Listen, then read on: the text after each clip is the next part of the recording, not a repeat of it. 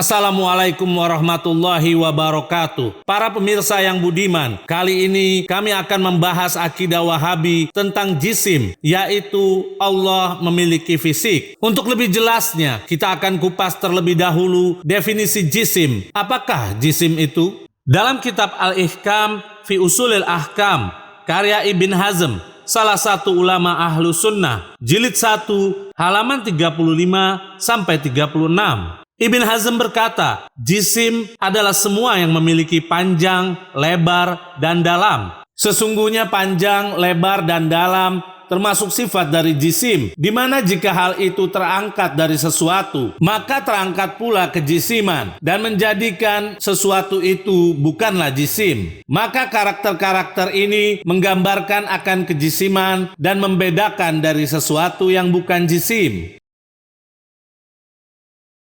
Dalam kitab Al-Mu'jamul Falsafi, karya Jamil Sulaibah, salah satu ulama ahlu sunnah, yang diterbitkan oleh Darul Kitab Al-Lubnani, cetakan tahun 1982, halaman 402. Jamil Sulaibah berkata, jisim adalah semua bentuk materi yang memiliki 3 dimensi, sampai kalimat, yaitu bentuk, posisi tertentu, dan tempat, di mana jika itu bereaksi, maka akan mencegah selainnya untuk menyusup ke dalamnya. Sampai kalimat, ketika jisim dinisbatkan pada jasad, maka yang dimaksud adalah sesuatu yang dapat menerima atau masuk ruh.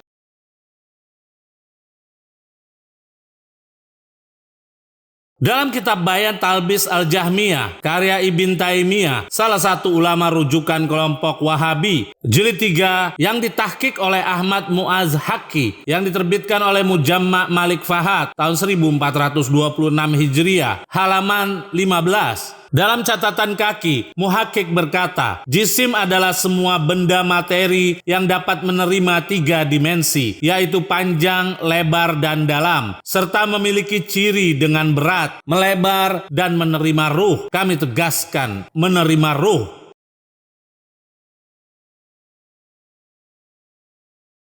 Sampai sini jelas bagi para pemirsa bahwa dengan definisi jisim yang dipaparkan oleh para ulama tersebut membuktikan bahwa seluruh semesta alam ini beserta isinya yang terlihat maupun tidak, yang besar maupun yang kecil, seluruhnya adalah jisim. Begitu pula manusia adalah jisim sebab mempunyai panjang, lebar, dan tinggi, serta tersusun dari bagian-bagian yang lebih kecil berupa organ-organ hingga unsur yang lebih kecil lagi, semisal sel. Sekarang mari kita simak dengan seksama bagaimana pandangan kelompok Wahabi di dalam memposisikan Allah, yang mana seperti biasa mereka bermuara kepada imamnya yang terbesar, yaitu Ibn Taimiyah.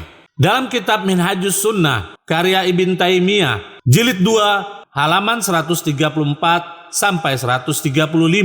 Ibn Taimiyah berkata, yang dimaksud dengan jisim adalah sesuatu yang dapat ditunjuk, dapat dilihat, atau yang sifat berdiri dengannya. Dan Allah Ta'ala dapat dilihat di akhirat, serta memiliki sifat-sifat tersebut, di mana manusia memposisikannya pada waktu berdoa dengan tangan, hati, wajah, dan kedua mata mereka.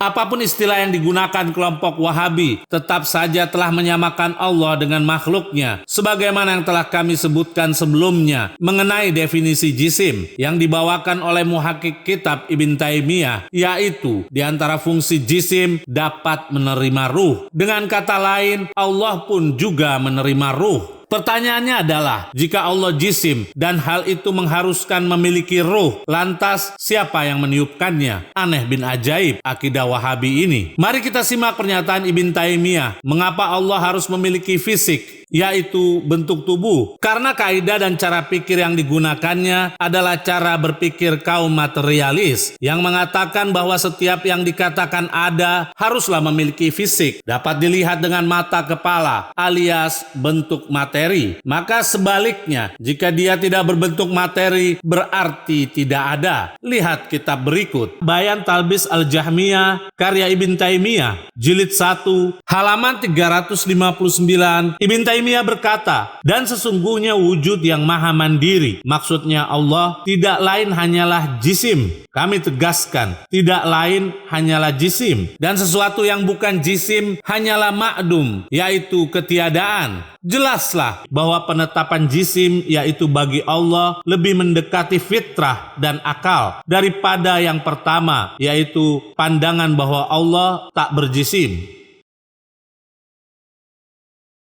Jadi menurut Ibn Taimiyah bahwa Allah itu harus berbentuk atau jisim. Jika tidak demikian, maka Allah tidak ada. Pengekor Ibn Taimiyah yaitu Utsaimin pun mengamini keyakinan gurunya tersebut dan tidak mengkritiknya sama sekali. Lihat kitabnya berikut. Dalam kitab Syarah Aqidah Al-Wasithiyah, karya Syekh Utsaimin, salah satu ulama Wahabi, jilid 1, yang diterbitkan oleh Dar Ibnil Jauzi, cetakan ke-6 tahun 1421 Hijriah, halaman 458. Al-Utsaimin berkata, sesungguhnya jika melihat Allah Ta'ala akan menjadikannya jisim, maka jadilah seperti itu, yaitu tidak ada masalah. Akan tetapi kita mengetahuinya dengan penuh keyakinan bahwa Allah tidak menyerupai jisim makhluk, karena Allah berfirman, tidak ada yang serupa dengannya, dan Dia maha mendengar lagi maha melihat.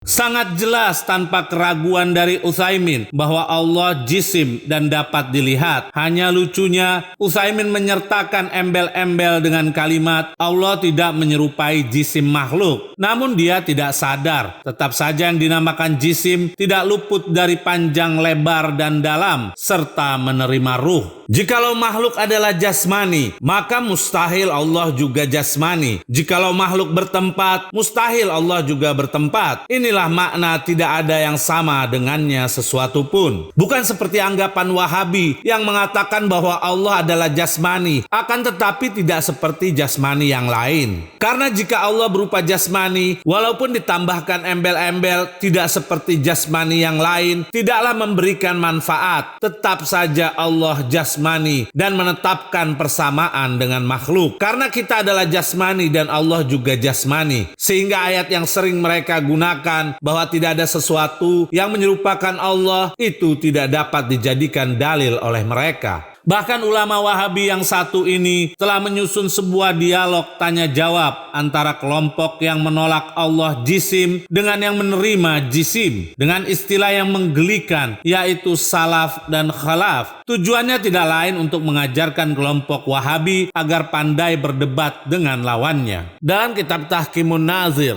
karya Syekh Saleh bin Ahmad yang bermukim di Madinah, yang diterbitkan oleh Dar Imam Ahmad, halaman 25. Saleh bin Ahmad berkata, jika aku mengatakan di dalam pembahasan sifat Allah dan tawassul dengan kalimat telah berkata salafi, maksudnya adalah ahlul hadis dan an-najdiyin, yaitu kelompok Wahabi. Dan jika aku berkata di dalam pembahasan keduanya, yaitu sifat dan tawassul dengan kalimat telah berkata khalaf, maksudnya adalah pengikut 4 mazhab, yaitu kelompok ahlus sunnah selain kelompok najdi. Pada halaman 26 sampai 28, Saleh bin Ahmad berkata, pertemuan pertama membahas masalah sifat. Berkata Salafi, sifatkanlah Tuhan kami. Al-Khalafi menjawab, mereka berkata, Allah hidup berdiri sendiri, bukan jisim. Berkata Salafi, apa yang mengantarkanmu pada takwil dan apa dalilnya? Al-Khalafi menjawab, itulah mazhab mayoritas ulama khalaf. Sampai kalimat, berkata Salafi, perkataanmu ini menunjukkan meniadakan Al-Bari, yaitu Allah, dari keberadaannya secara mutlak.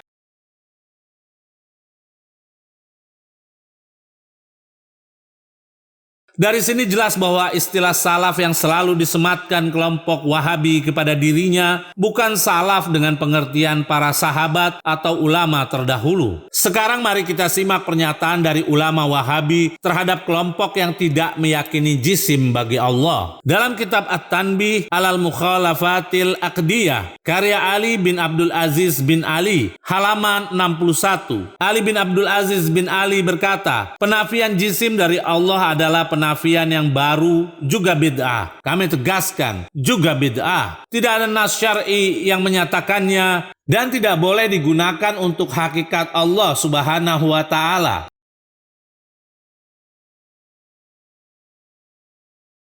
Bukti ini menjadi jelas di hadapan para pemirsa. Mengapa muslimin ahlus sunnah wal jamaah selalu dikatakan ahli bid'ah oleh kelompok Wahabi? Bahkan mereka tidak dianggap sebagai ahlus sunnah wal jamaah. Tidak lain karena menolak mensifati Allah dengan jisim. Pernyataan yang sama juga dilontarkan oleh Ibn Baz, ulama besar mereka, dalam kitabnya Majmu' Fatawa Ibn Baz, jilid 3. Yang diterbitkan oleh Darul Qasim, cetakan pertama tahun 1420 Hijriah, halaman 61. Ibn Baz berkata, kemudian Sobuni telah menyebutkan bahwa mensucikan Allah dari jisim, biji mata, lubang telinga, lisan, dan pangkal tenggorokan. Ibn Baz berkata, ini bukan mazhab ahlus sunnah, akan tetapi dari ucapan-ucapan ahli kalam yang tercela, sampai kalimat, yaitu dari ucapan ahli bid'ah, bukan dari ucapan ahli sunnah.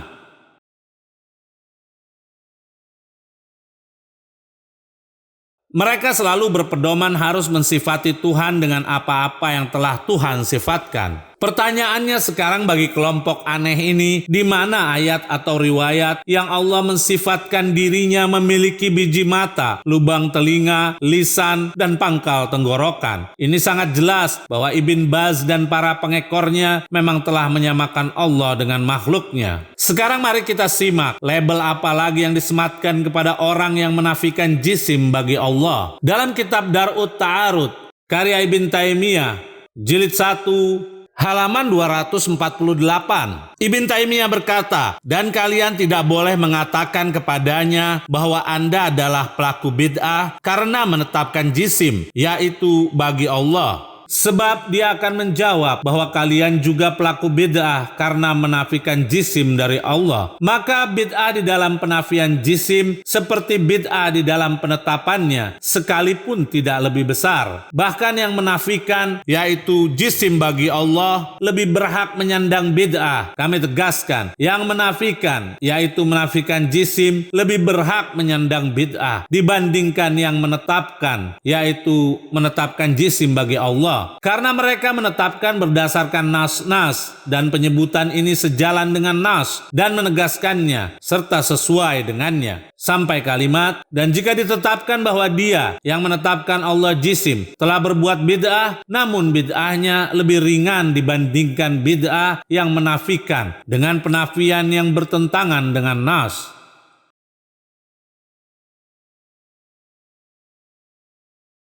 Di saat mereka terdesak dan tidak mampu menahan segala tuduhan bahwa menganggap Allah memiliki fisik, maka mereka akan mengakui hal tersebut bid'ah. Akan tetapi, bid'ah yang dilakukan oleh penolak jisim bagi Allah adalah bid'ah yang besar dibandingkan orang yang menerimanya. Bukankah kelompok Wahabi ini yang setiap saat teriak-teriak semua bid'ah adalah sesat dan semua sesat di api neraka? Di mana teriakan itu sekarang? Pasti tidak berlaku bagi mereka, karena merekalah pemilik agama. Bahkan imam besarnya Wahabi, yaitu Ibn Taimiyah, menyebut kelompok yang berseberangan dengan pemahamannya sebagai kelompok yang bodoh dan tersesat. Dalam kitab Bayan Talbis Al-Jahmiyah, karya Ibn Taimiyah, jilid 1, halaman 373. Ibn Taimiyah berkata, mereka, yaitu sebagian ulama, juga mengatakan, sesungguhnya tangan dan wajah tidak lain adalah jisim. Maka tangan Allah dan wajahnya juga seperti itu. Kami tegaskan, maka tangan Allah dan wajahnya juga seperti itu. Maksudnya jisim. Dan yang disifati dengan hal ini tidak lain juga merupakan jisim. Sampai kalimat, apa masalahnya perkataan ini? Yaitu yang disifati dengan tangan dan wajah pasti jisim. Tidak ada di dalam Al-Quran, Sunnah, dan pendapat salah satu salaf umat ini beserta para imamnya bahwa Allah bukanlah fisik, yakni Allah adalah jisim. Dan sesungguhnya sifat-sifat Allah bukanlah fisik. Maka menafikan makna-makna yang telah ditetapkan oleh syariat dan akal dengan penafian secara lafaz yang tidak dinafikan maknanya oleh syariat dan akal merupakan kebodohan dan kesesatan. Yakni mereka yang mengingkari jisim dari Allah adalah orang-orang bodoh dan sesat.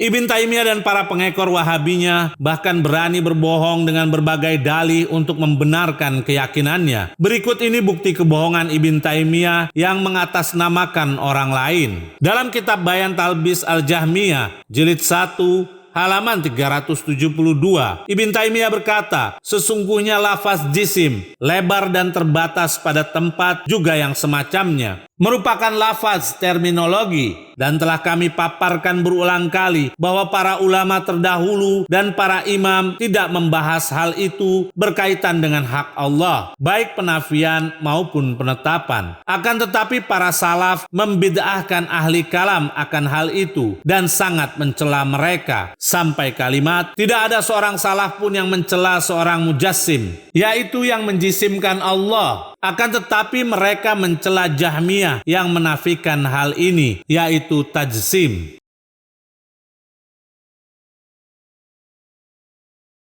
Di sini Ibn Taimiyah menyatakan bahwa ulama salaf tidak mencela orang-orang yang berkeyakinan bahwa Allah memiliki jisim. Akan tetapi sebaliknya, ulama salaf justru mencela orang yang menafikan jisim bagi Allah. Pertanyaannya sekarang, ulama salaf mana yang mencela orang berkeyakinan Allah bukanlah jisim? Ini jelas murni karangan dan kebohongan dari Ibn Taimiyah yang mengatasnamakan salaf. Tidak hanya itu, Ibn Taimiyah juga mengklaim bahwa seluruh mazhab Islam semua berkeyakinan Allah memiliki fisik. Berikut pernyataannya. Dalam kitab Bayan Talbis Al-Jahmiyah, jilid 1, halaman 251, Ibn Taimiyah berkata, dan jika yang Anda maksud bahwa mereka, yaitu kelompok yang menetapkan jisim bagi Allah, telah mensifati Allah dengan sifat-sifat khobariyah seperti wajah dan tangan, yang demikian itu menunjukkan adanya partisi dan pembagian, atau mereka telah mensifati Allah dengan sesuatu yang akan menetapkan sebagai jisim, sedangkan jisim itu terbagi-bagi dan terpenggal-penggal. Sekalipun mereka tidak berkata Allah adalah jisim, maka katakan kepadanya, yaitu yang menentang jisim. Hal itu tidak khusus bagi pengikut Hambali, bahkan mazhab mayoritas Islam dan seluruh penganut agama, serta umat terdahulu dan para imamnya, yaitu meyakini jisim bagi Allah.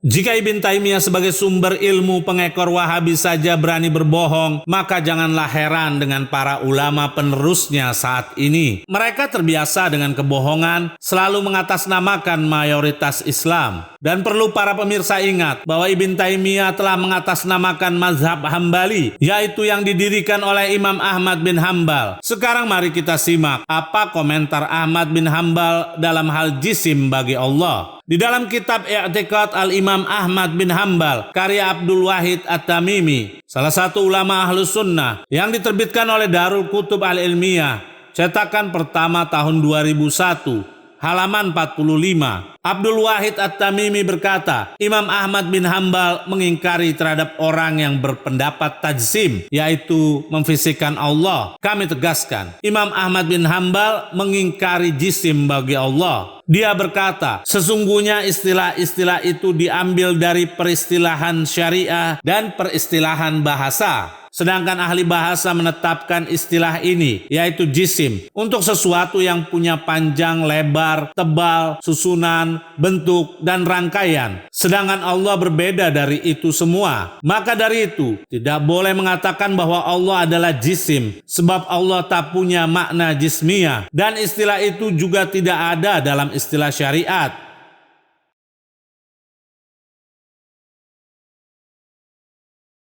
Namun Ibn Taimiyah yang mengklaim diri sebagai pengikut Hambali justru telah menyimpang dari ajaran imamnya sendiri, yaitu Imam Ahmad bin Hambal. Di sini kami tidak tahu siapakah yang sebenarnya diikuti oleh kaum Wahabi ini. Terkadang mereka mengaku pengikut Hambali, namun pada kesempatan yang lain mereka menolaknya. Benar apa yang dikatakan oleh Muhakkik Hamzah Ahmad Zain di dalam kitab Musnad Ahmad yang ditahqiq oleh Hamzah Ahmad Zain, jilid 17 yang diterbitkan oleh Darul Hadis Kairo, cetakan tahun 1995, halaman 43. Hamzah Ahmad Zain berkata dalam catatan kaki, sampai pada kalimat, aku tidak mengetahui apa mazhab mereka. Mereka mengaku bermazhab Hambali, terkadang mengaku tidak bermazhab dan tidak mengikuti mazhab Hambali. Dan mereka pun telah menentang Az-Zahabi, padahal Az-Zahabi bermazhab Hambali. Mereka tidak menetapkan satu mazhab yang jelas untuk dikenali. Sesungguhnya mereka di dalam mazhab seperti ular. Kami tegaskan, sesungguhnya mereka di dalam mazhab seperti ular. Dalam kitab Tobaqot Syafi'iyah Al-Kubra, karya As-Subki, salah satu ulama Ahlu Sunnah, jilid 2, yang diterbitkan oleh Dar Ihya Al-Kutub Al-Arabiyah,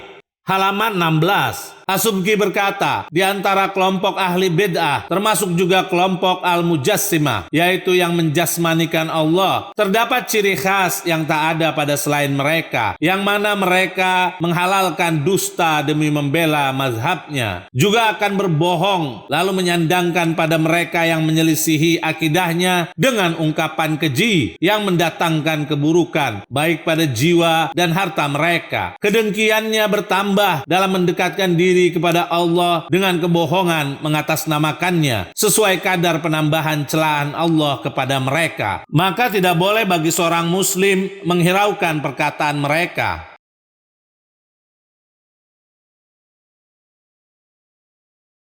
Kami hanya sekedar mengingatkan kepada pemirsa agar hati-hati memilih akidah untuk keselamatan diri di hari kiamat kelak. Karena semua keyakinan yang kita miliki tentang Allah akan diminta pertanggungjawabannya.